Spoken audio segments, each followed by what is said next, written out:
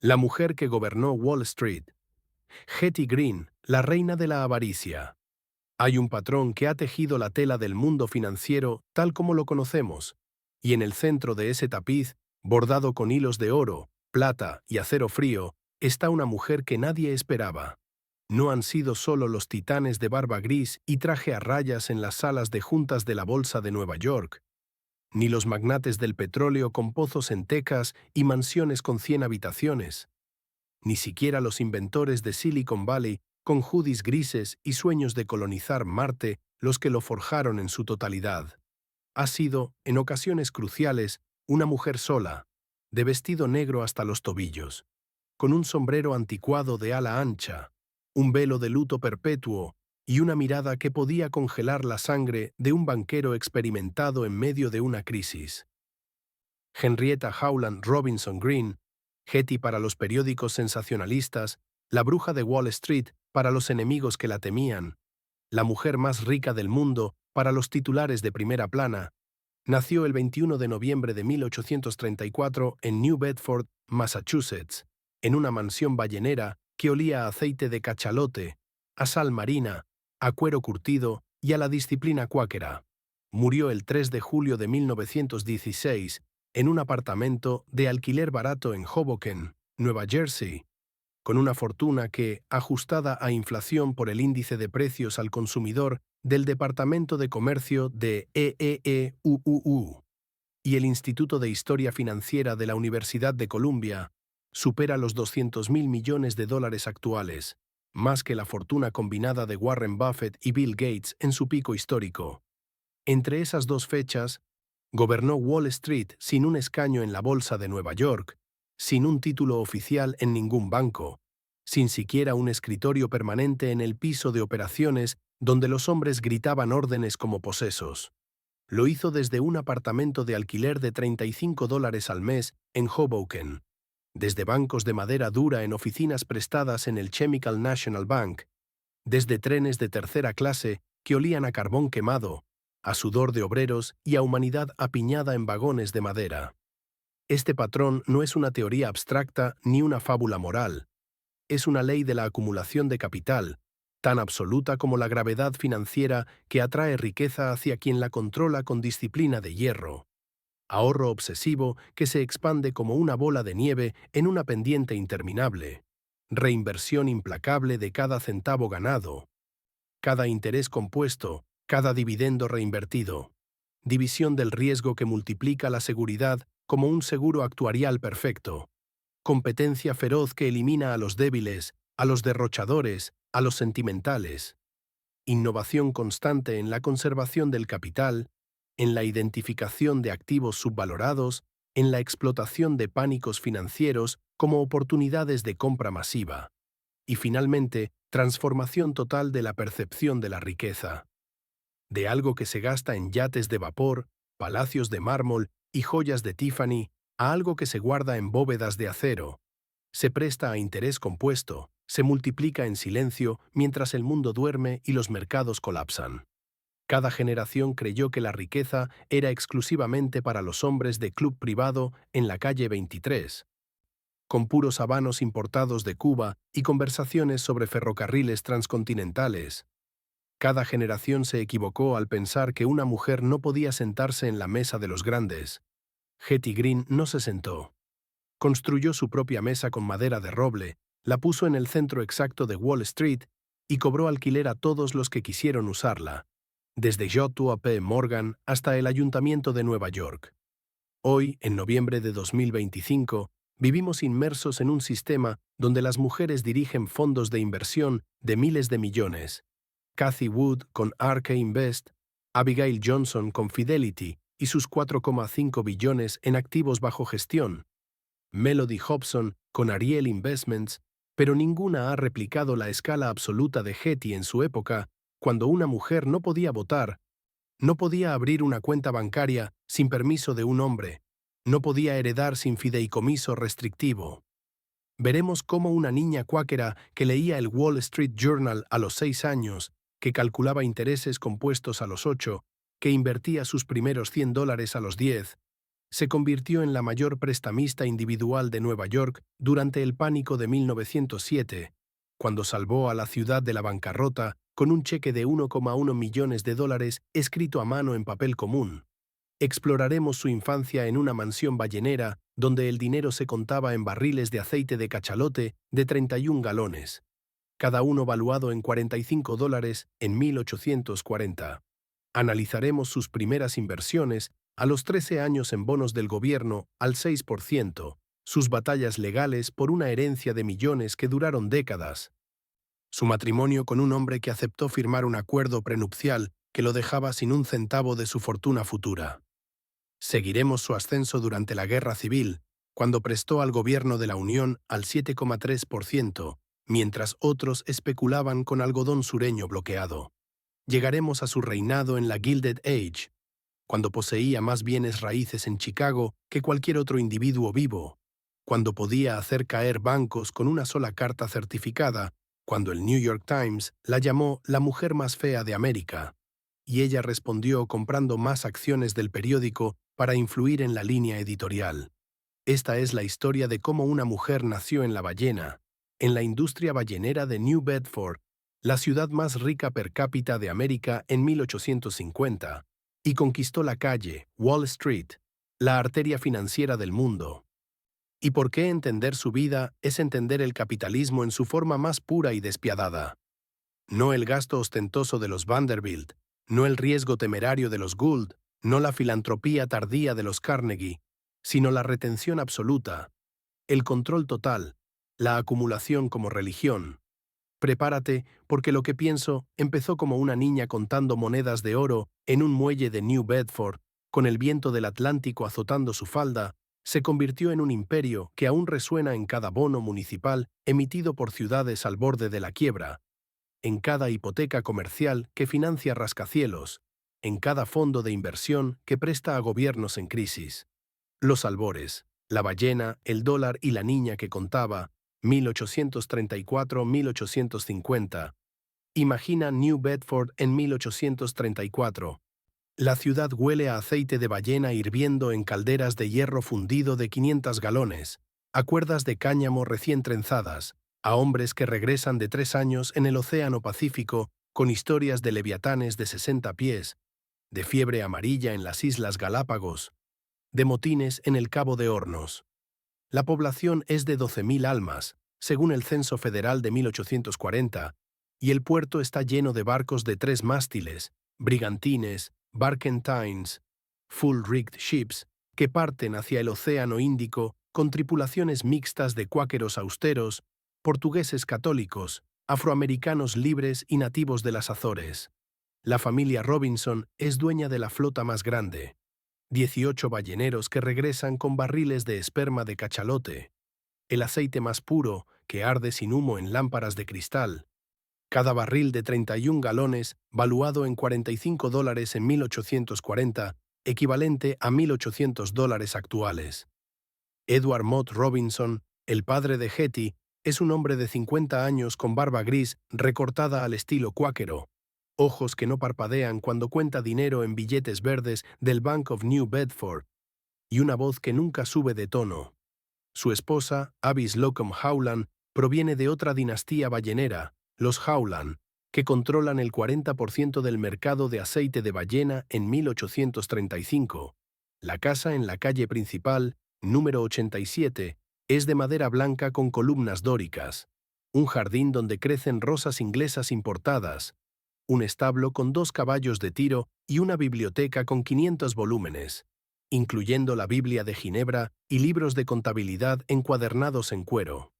Hetty nace el 21 de noviembre de 1834 a las 3:17 de la mañana, según el acta de nacimiento firmada por el doctor James H. Handy. A los 2 años ya reconoce las monedas de oro de $10, las Eagles acuñadas en Filadelfia, por su peso y brillo. A los 6 años, su padre la sienta en sus rodillas en el estudio con vista al puerto y le lee el precio del aceite de ballena en el New York Shipping List, un periódico de 4 páginas que llega por vapor desde Manhattan. El dinero es poder, Hetty, y el poder no se gasta, se presta a interés compuesto. le dice mientras señala columnas de números impresos en tinta negra. A los 8 años lleva las cuentas de la casa. Paga a los sirvientes irlandeses $2 semanales. Anota los gastos de carbón de Pensilvania a $6 la tonelada. Calcula el interés del 6% anual de los préstamos que su padre hace a otros capitanes balleneros que necesitan reparar cascos. A los 10 años invierte sus primeros $100, regalo de su abuelo Gideon Howland, el patriarca de la familia, en bonos del gobierno de los Estados Unidos al 6%, emitidos para financiar la guerra con México. El abuelo, un cuáquero estricto que viste de gris, lleva sombrero de ala ancha y cita la Biblia en reuniones silenciosas, aprueba con un movimiento de cabeza. No prestes al que no pueda pagar y no tomes más del 7% anual, porque la usura es pecado. La educación de Hetty es inusual para una niña de la época victoriana. Va a la Friends Academy en New Bedford, una escuela cuáquera donde aprende aritmética avanzada con logaritmos, contabilidad de partida doble, aunque aún no se llama así, latín básico para leer contratos y geografía comercial con mapas de rutas balleneras.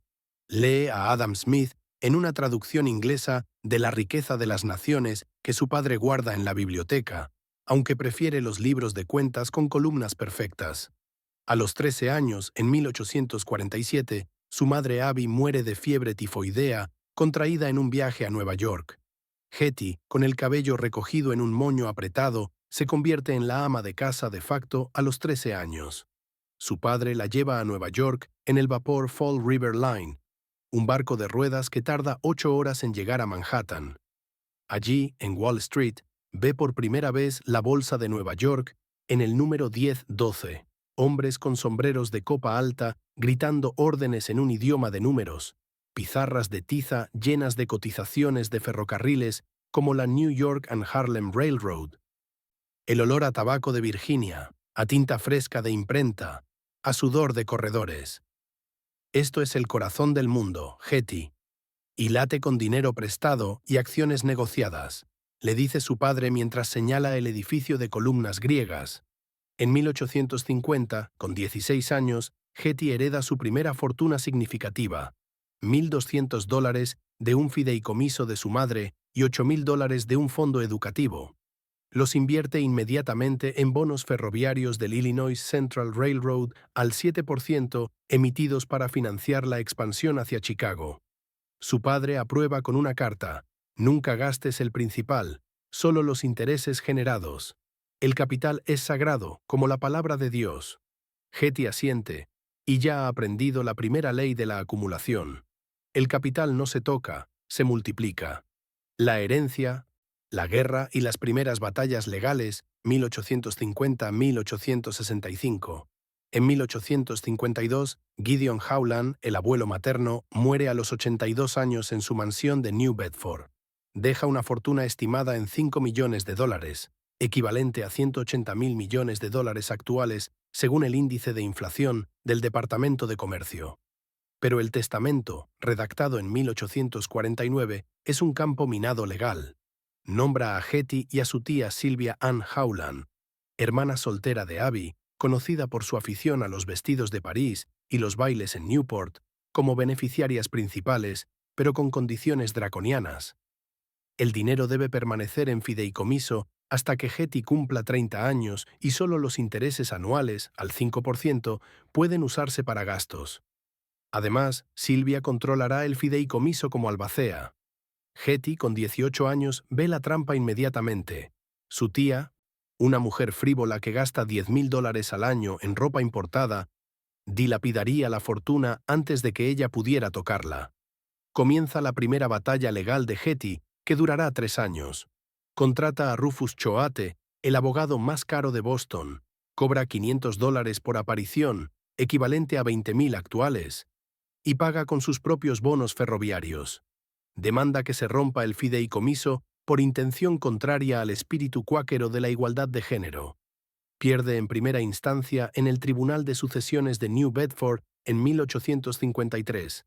Apela al Tribunal Supremo de Massachusetts. En 1855, con 21 años, gana. El juez Lemuel Shaw, suegro de Herman Melville, declara que el testamento es restrictivo y contrario a la libertad individual. Hetty recibe 1,2 millones de dólares en efectivo, bonos del gobierno y acciones de balleneros. Su padre, orgulloso, le escribe: «Ahora eres rica de verdad, pero la riqueza es una carga si no la controlas con mano firme y cálculos diarios». En 1861 estalla la Guerra Civil Americana. Hetty, con 27 años, ve la oportunidad de su vida. El gobierno de la Unión, bajo Abraham Lincoln, necesita dinero urgentemente para comprar rifles Springfield, cañones Parrott y uniformes de lana. Emite bonos a corto plazo conocidos como 730s. Pagan 7,3% anual, vencen en 30 años.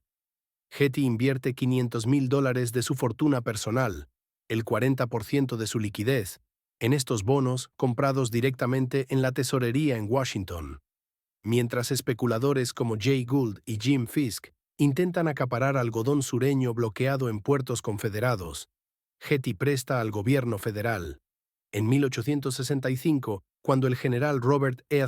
Lee se rinde en Appomattox el 9 de abril, sus bonos valen 1,1 millones de dólares con intereses acumulados. Ha duplicado su dinero en 4 años de guerra, sin arriesgar un centavo en especulación. El 14 de junio de 1865, Edward Mott Robinson muere de un ataque al corazón en su oficina del puerto, contando barriles de aceite. Deja una fortuna de 6 millones de dólares, equivalente a 220,000 millones actuales. Pero otra vez el testamento, todo a Hetty, excepto 500,000 dólares a su tía Sylvia para su mantenimiento. Sylvia, furiosa, demanda inmediatamente, alegando que Hetty manipuló al padre en su lecho de muerte con influencia indebida. Comienza el juicio del siglo, conocido como Howland vs. Green, que durará 2 años y llenará 1.200 páginas de transcripciones. Hetty vive en tribunales de Nueva York y New Bedford. Presenta libros de cuentas originales, cartas firmadas, testigos balleneros que juran que Edward estaba lúcido hasta el final. En 1867 gana el caso en el Tribunal Supremo de Nueva York.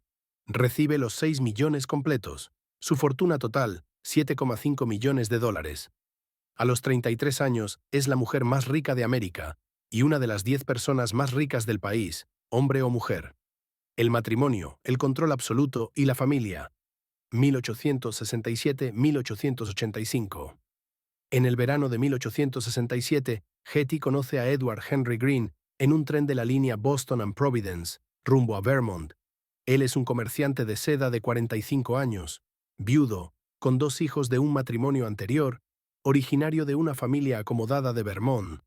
Es culto, ha viajado por Asia en barcos de la Russell and Company, habla chino mandarín, colecciona porcelana King. Hetty, con 33 años, lo encuentra aceptable desde el punto de vista financiero y social. Pero antes de cualquier compromiso, le hace firmar un acuerdo prenupcial redactado por sus abogados en 3 páginas. Todo mi dinero, presente y futuro, es exclusivamente mío. Edward Henry Green no tendrá derecho a un centavo de mi fortuna, ni en vida ni en muerte. Edward firma el 11 de julio de 1867 en una notaría de Manhattan. Se casan el 12 de julio de 1867 en una ceremonia cuáquera simple en la casa de un amigo en Cincinnati. Sin anillos, sin banquete, sin luna de miel. Viven en Nueva York, en un apartamento modesto de 4 habitaciones en la calle 36 Oeste, alquilado por $45 al mes. Hetty cocina ella misma. Guisos de ternera, pan de centeno, sopa de alubias. Limpia con un trapo. Cose su propia ropa negra de luto perpetuo por su madre. Edward trabaja en su negocio de importación de seda desde Manila y Cantón. Tienen 2 hijos. Edward Howland Robinson Green, Ned, nacido el 23 de agosto de 1868, y Sylvia Ann Howland Green, nacida el 7 de enero de 1871. Hetty los educa en casa con un plan estricto. Aritmética a las 7 a.m., contabilidad a las 9, historia financiera a las 11, lectura de periódicos financieros a las 3 p.m. El dinero no se hereda por sangre, se aprende con números y disciplina. Les repite mientras les hace calcular intereses del 6% sobre $1,000. En 1873 estalla el pánico de 1873, desencadenado por la quiebra de J. Cook & Company, el mayor banco de inversión en bonos ferroviarios. Bancos quiebran en cadena, ferrocarriles como la Northern Pacific colapsan. El desempleo en Nueva York llega al 25%. Getty ve la oportunidad de su vida. Presta $2 millones a bancos en problemas, el Chemical National Bank, el Bank of New York, al 10% anual, con garantía de acciones ferroviarias subvaloradas. Cuando el pánico pasa en 1879, sus préstamos valen 4,2 millones con intereses y acciones recompradas a centavos. En 1879, compra su primer edificio en Chicago, un bloque de oficinas de 5 pisos en la calle La Salle por $500,000, financiado con un préstamo propio al 6%. Lo alquila a empresas ferroviarias como la Chicago and Northwestern. En 1885, posee 30 edificios en Chicago, 100 en Nueva York y su fortuna total, $25 millones. La bruja de Wall Street, el reinado absoluto, 1885-1900. El 19 de junio de 1885, Edward Henry Green muere de un derrame cerebral en su oficina de importación de seda en la calle Pearl. Deja a Getty $5 millones propios acumulados en comercio asiático. Ella los integra inmediatamente a su fortuna, sin un minuto de luto financiero. Ahora es viuda, con 2 hijos adolescentes y $30 millones en activos líquidos y reales. Se muda a un apartamento de alquiler en Hoboken, Nueva Jersey, al otro lado del río Hudson, para evitar los impuestos de sucesión de Nueva York que podrían llegar al 5%. Paga $35 al mes por un apartamento de 3 habitaciones en el número 121 de la calle Washington, con vistas al río y al skyline de Manhattan. Comienza su reinado absoluto. Presta a bancos, ciudades, ferrocarriles, especuladores. En 1893, durante el pánico de 1893, la ciudad de Nueva York está al borde de la bancarrota. Debe 20 millones en salarios de policías y bomberos, no tiene liquidez. El alcalde Thomas F. Gilroy acude a J.P. Morgan en su mansión de la calle 36, quien exige condiciones draconianas. Control de las finanzas municipales por 10 años. Getty llega sola al ayuntamiento, vestida de negro, con un maletín de cuero gastado. Ofrece $4,5 millones en efectivo y bonos al 6% anual, con garantía de bonos municipales emitidos por la ciudad. El Concejo Municipal acepta en 24 horas. El New York Times publica en primera plana: La salvadora de Nueva York. Mrs. Getty Green presta 4,5 millones y evita la quiebra. En 1896, Ned, su hijo, sufre un accidente en un trineo en las colinas de Vermont. Se rompe la pierna izquierda en 3 partes. Getty lo lleva a un hospital gratuito para pobres en Manhattan, alegando que no puede pagar tratamiento privado. Los médicos reconocen a la mujer más rica del mundo por los periódicos y se niegan a tratarlo gratis. Ned desarrolla gangrena por falta de atención inmediata. Getty paga finalmente $5,000 por una cirugía privada, pero es tarde. Le amputan la pierna por encima de la rodilla. Los periódicos sensacionalistas la llaman la madre más tacaña de América. Ella responde en una rara entrevista al New York World: Pagué lo que pude negociar. El resto es propaganda de hombres que quieren mi dinero. En 1898, durante la Guerra Hispano-Estadounidense, el gobierno de McKinley necesita fondos para la flota del Pacífico. Getty presta $10 millones al 4% anual, con garantía de bonos de guerra. Gana $400,000 en intereses en 6 meses. Su fortuna, $50 millones.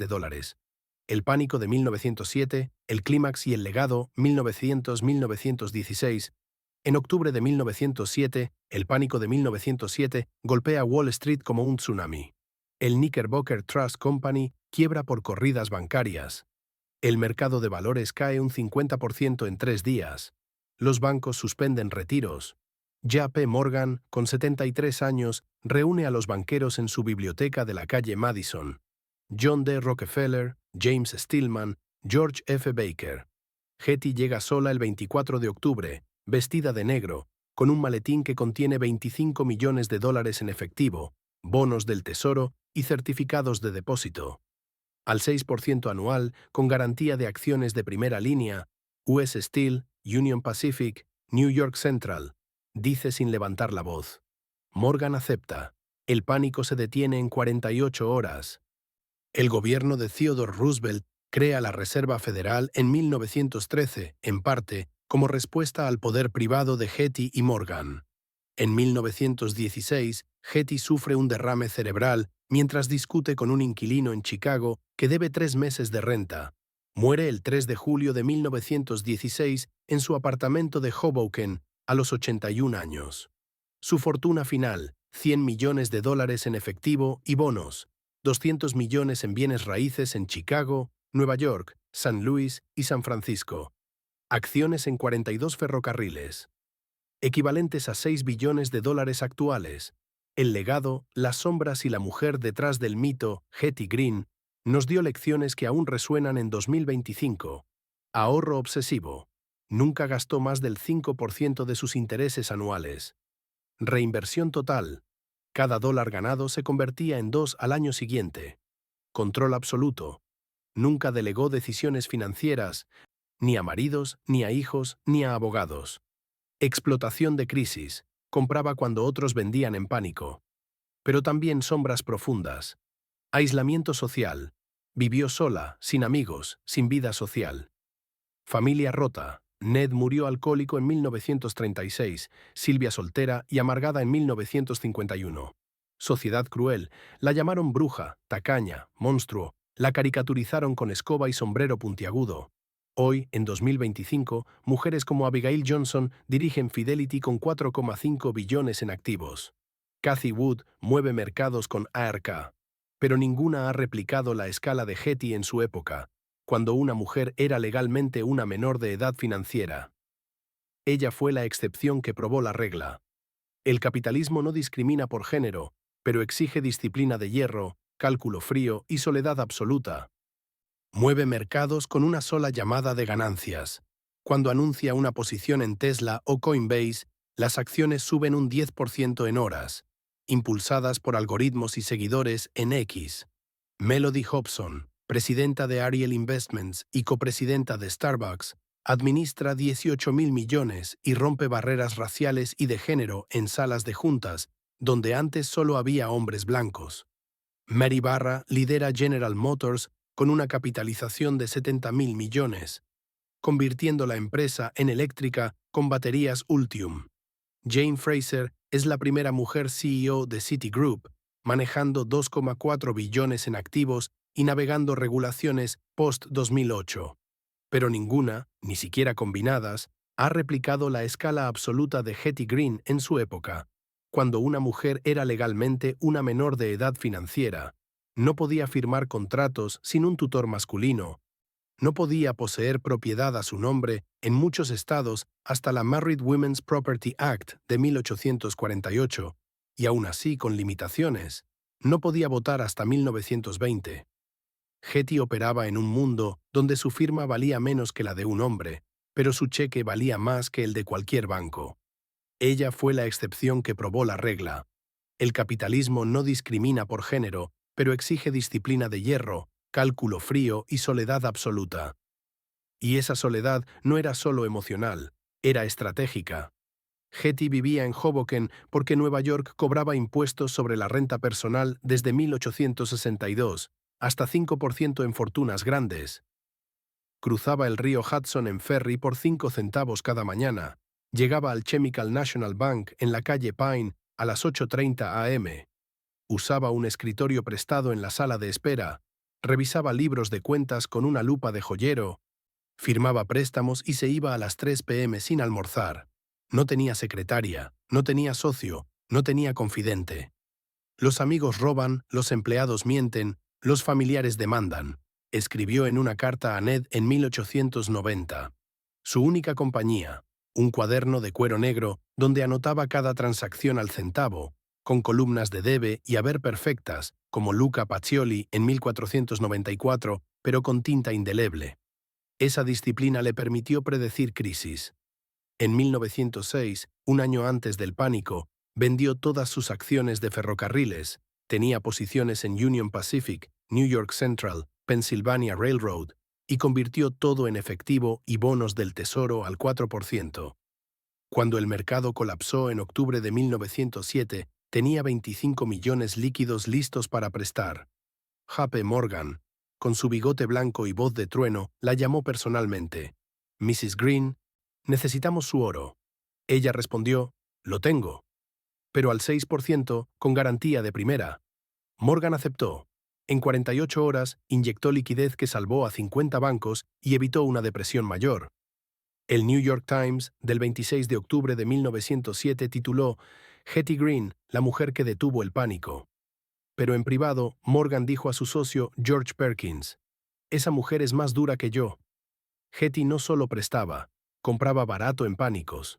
Durante el pánico de 1893, adquirió 200 propiedades en Chicago por 30 centavos el dólar, edificios de oficinas, almacenes, terrenos en el Loop. En 1900 valían 10 veces más.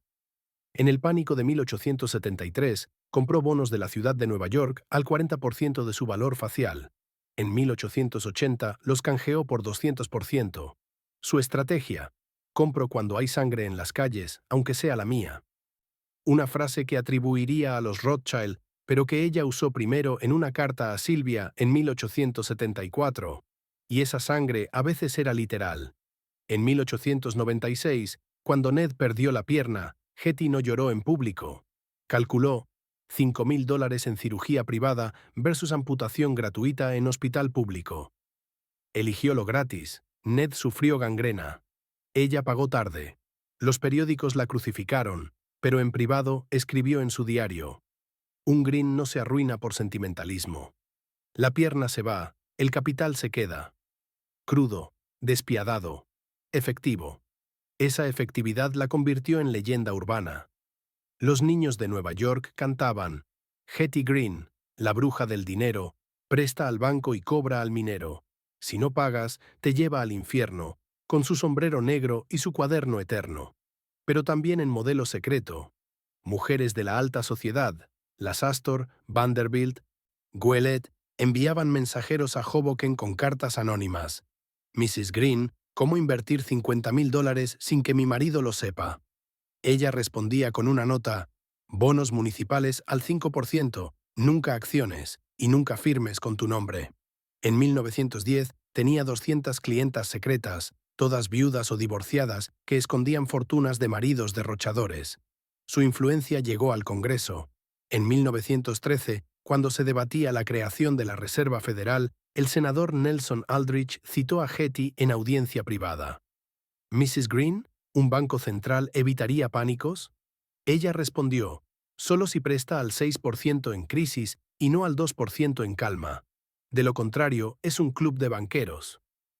El Federal Reserve Act de 1913 incorporó su idea: tasas variables en emergencias. El New York Fed aún guarda una carta de Hetty en sus archivos, fechada 12 de diciembre de 1913. El dinero es neutral, los hombres no. Al morir en 1916, su testamento fue simple: 50 millones a Ned, con fideicomiso hasta los 40 años. 50 millones a Sylvia, igual. Resto a caridad anónima. Hospitales para pobres, escuelas cuáqueras, bibliotecas públicas. Pero con una cláusula: ningún dólar a museos, óperas o universidades hasta que paguen sus deudas. Harvard, que le pidió 1 millón para una biblioteca, recibió una carta: paguen sus bonos primero. Ned y Sylvia dilapidaron parte. Ned compró un yate, un ferrocarril privado en Texas, una colección de sellos raros. Murió en 1936 con 10 millones. Sylvia vivió recluida, sin casarse, hasta 1951. Pero el fideicomiso principal, administrado por Chemical Bank, creció a 500 millones en 1950, 5.000 millones en 1980, 50.000 millones en 2020. Hoy, en 2025, el Hetty Green Trust financia becas para mujeres en finanzas en MIT, Wharton, Chicago Booth. Ironía: la mujer que nunca donó en vida ahora educa a 10.000 mujeres al año. Y su método sobrevive. Warren Buffett cita a Getty en sus cartas anuales. Regla no 1. Nunca pierdas dinero. Regla no 2. Nunca olvides la regla no 1. Una frase que Getty escribió en 1880. Ray Dalio de Bridgewater usa su comprar en pánico como algoritmo. Cathie Wood tuitea, Getty Green fue la OG de Value Investing. En 2025, una estatua de Getty, vestida de negro, con maletín, está en el Jaubevo Lobby del New York Fed. La placa dice, ella prestó cuando nadie lo hizo, salvó cuando nadie podía, ganó cuando todos perdieron. Y debajo, en letras pequeñas, el capital no tiene género, solo disciplina. Y esa frase, grabada en bronce bajo la estatua de Getty Green en el lobby del Federal Reserve Bank of New York, no es un eslogan feminista, es una ley física del dinero. Como la gravedad, no pregunta si eres hombre, mujer, blanco, negro, cuáquero o ateo. Solo mide velocidad de acumulación, tasa de reinversión y resistencia al gasto. Getty lo entendió a los 6 años, cuando su padre le dio una moneda de oro y le dijo, «Guárdala, mañana valdrá más si no la gastas». En 2025, esa moneda, un Eagle de 1840, vale $2.500 en subasta. Getty la guardó, la prestó, la multiplicó, y hoy su legado sigue generando 200 millones anuales en intereses para becas, hospitales y bibliotecas. Porque el dinero, como el agua, no se evapora si lo canalizas. Pero volvamos a 1916. Getty muere el 3 de julio en su apartamento de 121 Washington Street, Hoboken. El forense registra, causa apoplejía. Activos, 100 millones en efectivo, 200 millones en bienes raíces. El New York Times titula, Murió la mujer más rica del mundo. Dejó todo, menos deudas. No hay funeral público. Solo un ataúd de pino, $18, y un entierro en el cementerio cuáquero de New Bedford junto a su padre. Ned y Silvia llegan en tren de tercera clase. Ned, con su pierna de madera tallada a mano, $150 pagada por él mismo, llora en silencio. Silvia, con un vestido negro cosido por Getty en 1890, no derrama una lágrima. Madre nos enseñó a no gastar en emociones, dirá después. El testamento se lee el 10 de julio en las oficinas del Chemical National Bank. 300 páginas. Ningún legado a museos, óperas o universidades con deudas. 50 millones a Ned en fideicomiso hasta los 40 años. 50 millones a Silvia igual. 100 millones a un fondo perpetuo administrado por Chemical Bank con una sola instrucción. Invertir solo en bonos municipales al 4% o superior. Nunca acciones, nunca oro, nunca deuda extranjera. El banco nombra a Henry L. Horton como fiduciario. Horton, un hombre de 45 años con bigote gris y gafas de acero, jura. Cumpliré al centavo. El fideicomiso que creció solo, 1916-1950, en 1916, 100 millones en bonos municipales al 4%, generan 4 millones anuales. Horton los reinvierte al 100%. En 1920, durante la posguerra, compra bonos de Chicago al 5%, emitidos para reconstruir después del incendio de 1871. En 1929, antes del crack, vende todo y convierte en efectivo. El 29 de octubre de 1929, mientras otros saltan por ventanas, Horton compra bonos del Tesoro al 3,5% con vencimiento a 10 años. En 1933, durante la Gran Depresión, presta a Nueva York al 6% con garantía de impuestos prediales. En 1941, con la Segunda Guerra Mundial, compra Liberty Bonds al 2,9%. En 1950, el fideicomiso vale 500 millones, 5 veces más en 34 años. Sin una sola acción, sin un solo dólar perdido. Ned, mientras tanto, gasta. Compra el ferrocarril Texas Midland por 2 millones en 1920. Lo vende en 1925 por 5 millones. Compra un yate de 100 pies con casco de acero, $500.000. Lo vende en 1928 por 1 millón. Colecciona sellos raros, el British Guiana 1C magenta por $35.000 en 1922. Hoy vale 10 millones. Muere el 6 de junio de 1936 en un hotel de Dallas, alcoholizado, con 10 millones en deudas. El fideicomiso paga. Sin tocar el principal, Silvia vive en reclusión. Alquila un apartamento en Boston por $40 al mes. Come sopa de lata. Lee el Wall Street Journal todos los días. Escribe cartas a Horton. Madre decía, nunca vendas barato. Muere el 11 de febrero de 1951 sin testamento. Su fortuna, 40 millones, vuelve al fideicomiso. El boom de posguerra y la era de la inflación, 1950-1980. En 1950, Chemical Bank nombra a Margaret O'Neill como nueva fiduciaria. Primera mujer en el cargo. 38 años, graduada de Wharton. O'Neill rompe la regla. Bonos municipales ya no rinden, la inflación sube.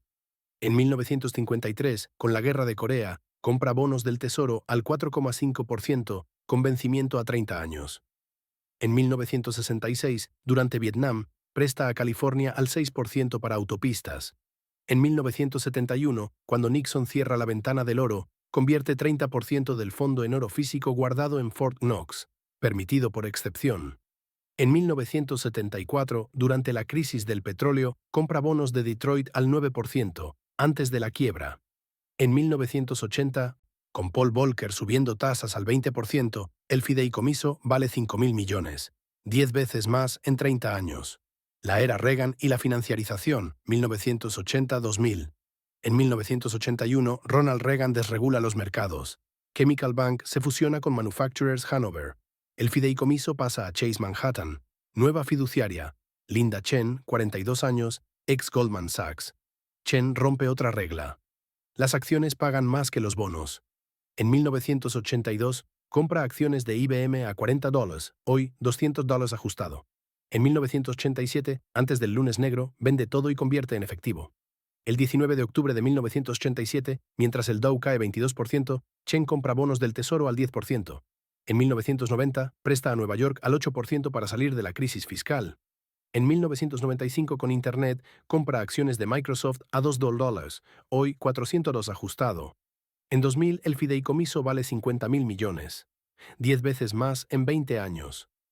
El siglo XXI, crisis, cripto y legado digital, 2000-2025. En 2000, Chase se fusiona con JP Morgan. El fideicomiso pasa a JP Morgan Chase. Fiduciaria, Aisha Rahman, 35 años, ex-quant de Renaissance Technologies. Rahman moderniza. El dinero debe fluir digitalmente. En 2001, tras el 11S, presta a Nueva York al 5% para reconstrucción. En 2008, durante la crisis subprime, vende todo MBS y convierte en efectivo.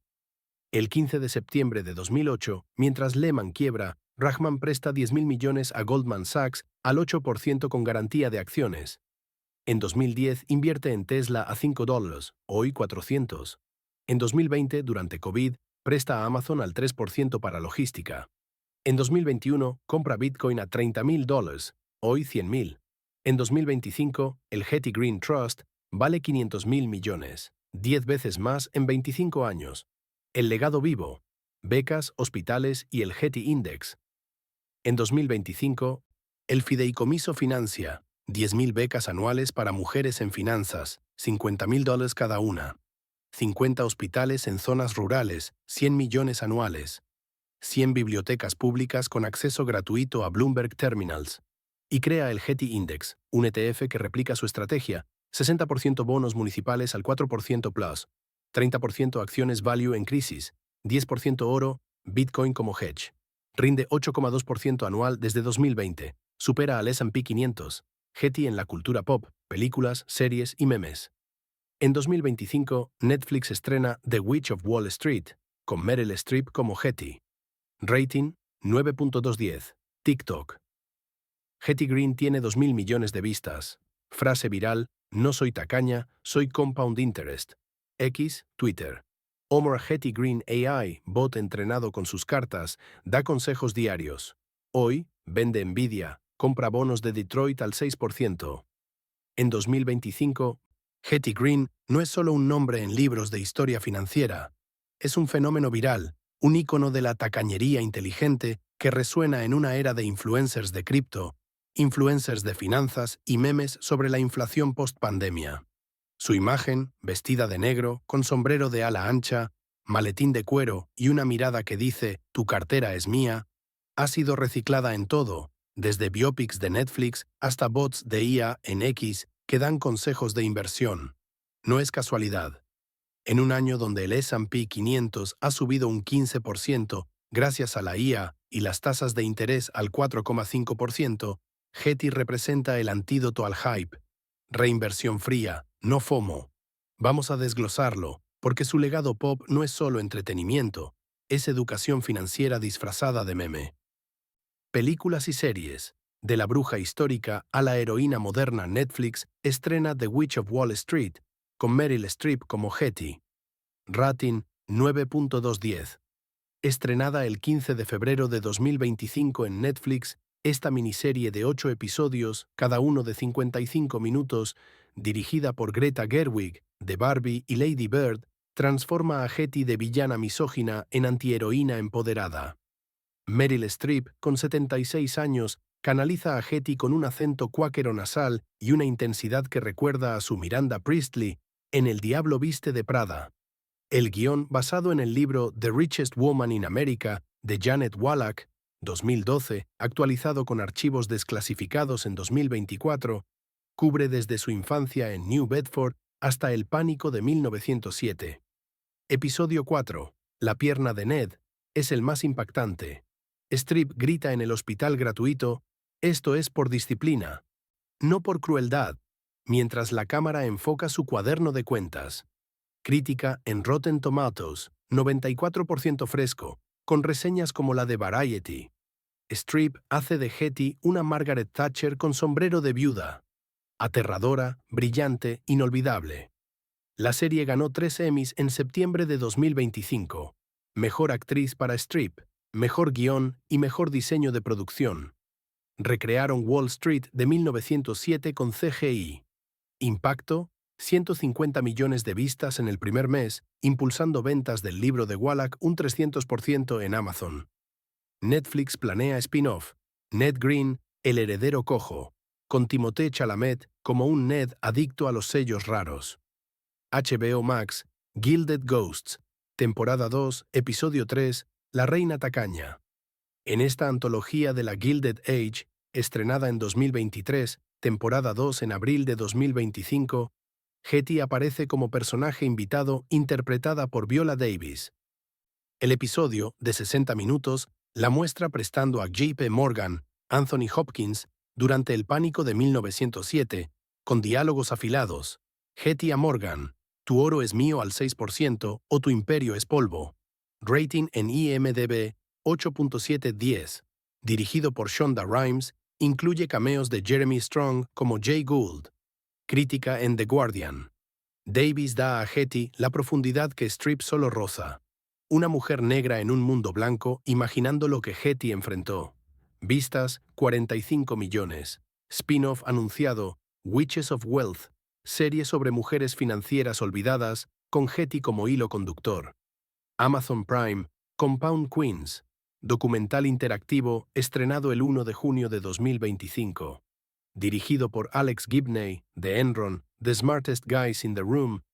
Este docu-series de 6 episodios, 45 minutos cada uno, usa VR para entrar en la mente de Getty. Reconstrucciones 3D de su apartamento en Hoboken, con voz en off de Emma Thompson. Incluye entrevistas con Abigail Johnson. Fidelity. Getty me inspiró a no delegar, controlo cada trade. Rating en Prime Video, 4.85 estrellas. Impacto, ganador del Peabody Award 2025 por Educación Financiera Accesible. Vistas, 80 millones. Bonus, app interactiva donde simulas préstamos al estilo Getty durante el pánico de 1907. Libros y graphic novels, de biografías a cómics. Getty Green, The Unsinkable, de Boyden Sparks, reedición 2025 con prólogo de Warren Buffett. Bestseller en NWT por 12 semanas. Graphic novel, Witch's Ledger, de Dark Horse Comics, marzo 2025. Getty como superheroína con poderes de interés compuesto. Dibujada por Kelly Sue DeConnick, vende 500.000 copias. Podcast Rich Witch de Spotify, temporada 2, julio 2025. 10 episodios narrados por Issa Rae, con recreaciones de juicios. 50 millones de descargas. TikTok y memes. La bruja va viral TikTok. Llama Hetty Green tiene 2.000 millones de vistas. Frase viral, no soy tacaña, soy compound interest. En TikTok, Hetty es la reina de los duets financieros. El trend, Hetty Challenge, lanzado en enero 2025, tiene 1,5 mil millones de vistas. Usuarios recrean su look de viuda, vestido negro de Amazon por 15, y simulan préstamos en crisis ficticias. Ejemplo, Finwich 2025, 3 millones de followers, duetea con Strip de la serie Netflix. Hetty en 1907, al 6% o nada. Yo en 2025, mi café cuesta 7 ma, pero lo pago con cripto. La frase viral, no soy tacaña, soy compound interest, atribuida a Hetty, pero inventada en un meme de 2024, tiene 800 millones de usos. Origen, un stitch de K-Money Meme Queen con audio de Strip. Hetty calculando intereses mientras come avena fría. Otro trend, Ma Hetty Savings Hack. Vive como Hetty, lava tu ropa a mano, ahorra 50 mes. Creador, A Thrifty Tales, 15 millones followers, con 500 millones de vistas. Impacto, TikTok Shop vende Hetty Journals, cuadernos de cuentas, por $10, con 2 millones de unidades. Instagram Reels y YouTube Shorts, cortos que educan y ríen. Wall Street Witch, Instagram 4 millones followers. Reels de 15 segundos recreando el incidente de la pierna de Ned. Hetty en hospital, gratis o nada, con efectos de sonido de cartoon. 300 millones de vistas. YouTube Shorts. Hetty vs. Modern Influencers de MrBeast Finance. Canal nuevo, por 20 millones subs. Compara Hetty prestando al 6% con TikTokers vendiendo cursos de 997. 500 millones de views. Frase, Hetty, 100 millones en 1916. Influencer, 100K followers en 2025. ¿Quién ganó? X, Twitter, bots, threads y debates. X, Twitter. Cara Hetty Green AI, bot entrenado con sus cartas. Da consejos diarios. Hoy, vende Nvidia, compra bonos de Detroit al 6%. Lanzado en marzo de 2025 por XAI. Sí, nosotros. Este bot usa LLM entrenado en 1200 cartas de Hetty de los archivos de Columbia. Sigue 500.000 usuarios con tweets como el oro sube, pero los bonos municipales pagan. Vende hype, compra yield, Hetty 1893. Ejemplo viral, 5 noviembre 2025. Nvidia a 150, demasiado caliente.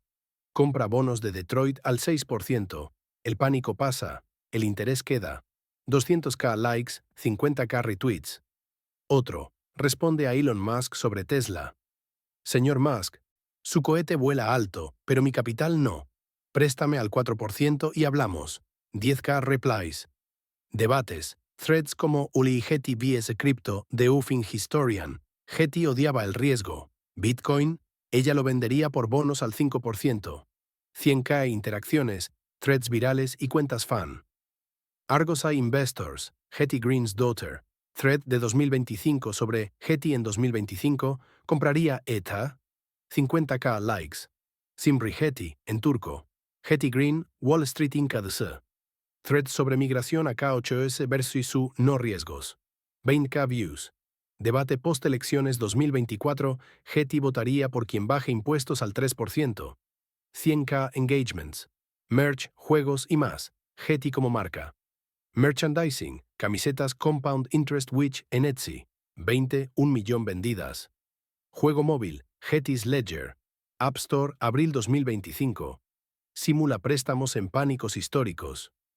5 millones descargas, rating 4.8. Música y arte, canción rap Witch's Wallet de Megan Thee Stallion, álbum 2025. Like Hetty, iStack, no flash. Video con strip cameo. Arte NFT, Hetty's Maletín, serie de 10.000, mint en OpenSea 2025. En resumen, Hetty en 2025 es el meme que enseña. Tacaña para los boomers, empoderada para Gen Z, calculadora para millennials.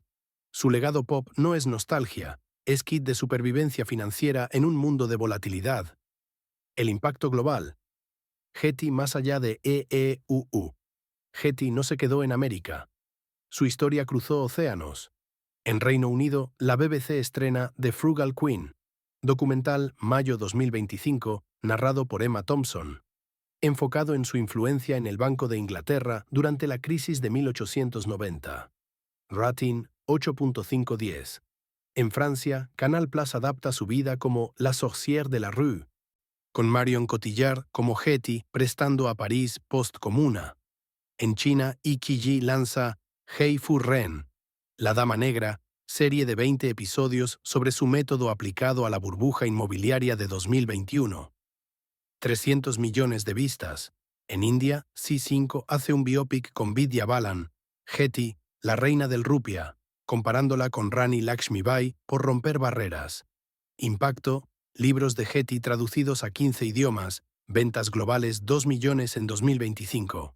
En América Latina, Netflix Latinoamérica subtitula The Witch, con dubs en español y portugués. En México, Trend TikTok, Mira Areca Bruja at Wall Street, 500 millones vistas. Hetty en 2025, préstame al 6% o te vendo mi taco. En Brasil, podcast A Bruxa Rica de Spotify, 10 episodios narrado por Anitta, integra su historia con la de Chiquinha Gonzaga, compositora millonaria del siglo XIX. Hetty en la academia y el activismo. De meme a movimiento, universidades la adoptan. Harvard Business School lanza Case Study Hetty Green, 2025-15. Analiza su rol en el pánico de 1907 como liquidez privada. Usado en 50 escuelas globales. Wharton crea el Hetty Fellowship para mujeres en finanzas. 100 becas de 100.000 anuales, financiadas por su trust. Activismo, One Women of Wealth en LinkedIn, 2025. Movimiento con 1 millón de miembros, usa frases de Hetty como «no delegues tu cartera» para combatir la brecha de género en inversiones. Mujeres controlan solo 30% de activos globales, per McKinsey, 2025. En TED Talks 2025, Reshma Saujani, fundadora de Girls Who Code, da Hetty's Ledger, lecciones para la Gen Alpha, vistas 50 millones. Cita, Hetty no donó en vida porque sabía, el dinero trabaja más que la caridad. Críticas y controversias. ¿Heroína o villana? No todo es alabanza. Críticos como Ta-Nehisi Coates en The Atlantic, ensayo junio 2025. Hetty ganó en un sistema que esclavizaba. Su disciplina ignoró la explotación. Respuesta viral, thread de Blackfin Heist con 200k likes. Hetty era blanca, privilegiada, pero abrió puertas para nosotras. En Reddit, R Wall Street Bets, subthread, Hetty was a Diamond Hands OG versus She was a Boomer before Boomers. Tienica upvotes. El futuro de Hetty, IA, metaverso y más. En 2026, los rumores se materializan con una velocidad que Hetty aprobaría. Precisión quirúrgica, bajo riesgo, alto rendimiento compuesto. Meta lanza el avatar de Hetty en Horizon Worlds el 15 de marzo de 2026. Como parte de su blitz de gasto en IA que, según informes de CNBC de julio de 2025, superará los 118 mil millones de dólares en CAPEX para el año, con un crecimiento de gastos en IA por encima del 2025. El avatar, una Hetty digital de 81 años, vestida de negro victoriano con sombrero de ala ancha y maletín pixelado, no es un gimmick. Es un simulador de trades inmersivo en metaverso, donde usuarios entran con sus gafas Quest 3S, lanzadas en 2025 por $99, el headset más giftable de Meta, según su blog de diciembre de 2024. Imagina, aterrizas en un Wall Street virtual de 1907, con niebla de humo de locomotoras y gritos de corredores. Hetty te saluda. Bienvenido especulador, préstamo al 6% o quiebra al 0%. Usas VR para prestar a bancos ficticios durante el pánico, calculando intereses en tiempo real con IA generativa. Si fallas, tu avatar pierde una pierna digital como Ned. Si ganas, multiplicas tu cartera virtual por 2 keys. Lanzado en beta para 10.000 usuarios, financiado por el Hetty Green Trust con 5 millones, el simulador integra blockchain para NFTs de bonos Hetty, tokens que representan préstamos históricos, vendidos en OpenSea por 0,1 ETH cada uno. Predicción de Forrester, noviembre 2025.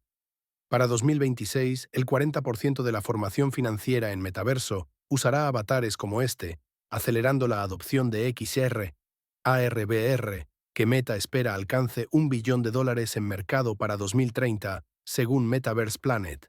Mayo 2025. Impacto, en el primer mes, 500.000 sesiones, con usuarios reportando un 25% de mejora en comprensión de interés compuesto en encuestas post-juego. Meta lo llama Getty's Ledger Worlds, un metaverso ético donde la IA no especula, calcula.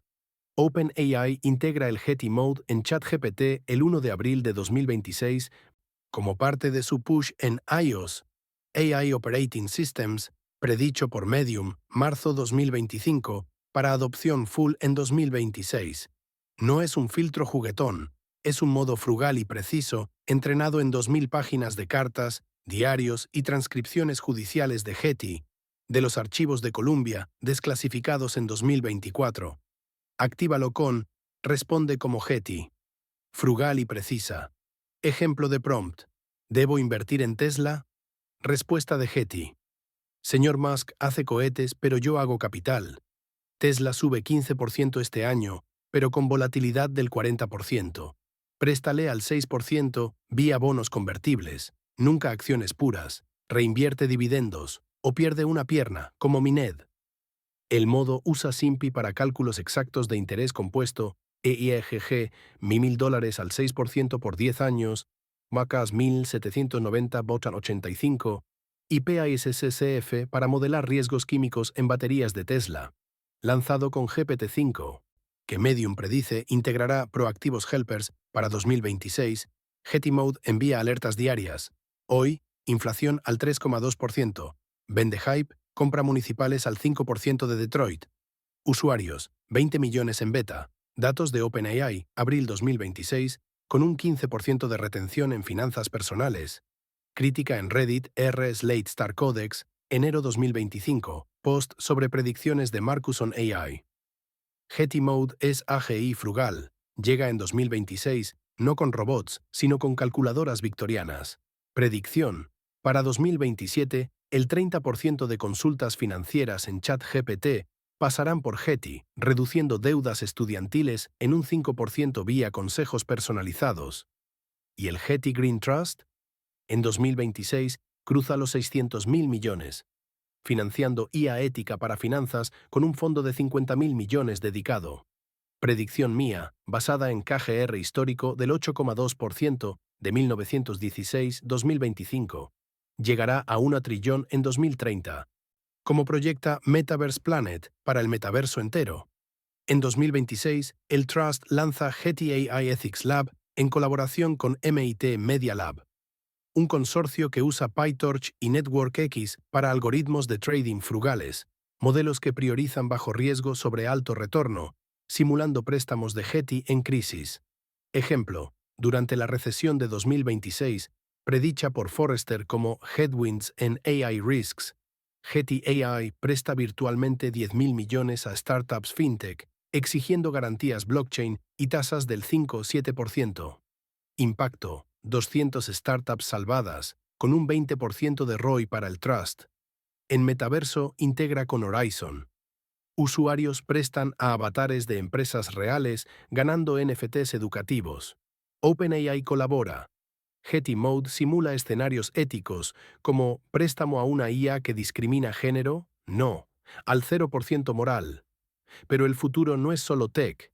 En 2027, el Trust financia Getty Scholarships Global, 50.000 becas para mujeres en IA Finanzas, de 100.000 cada una, priorizando disciplina sobre hype. Predicción.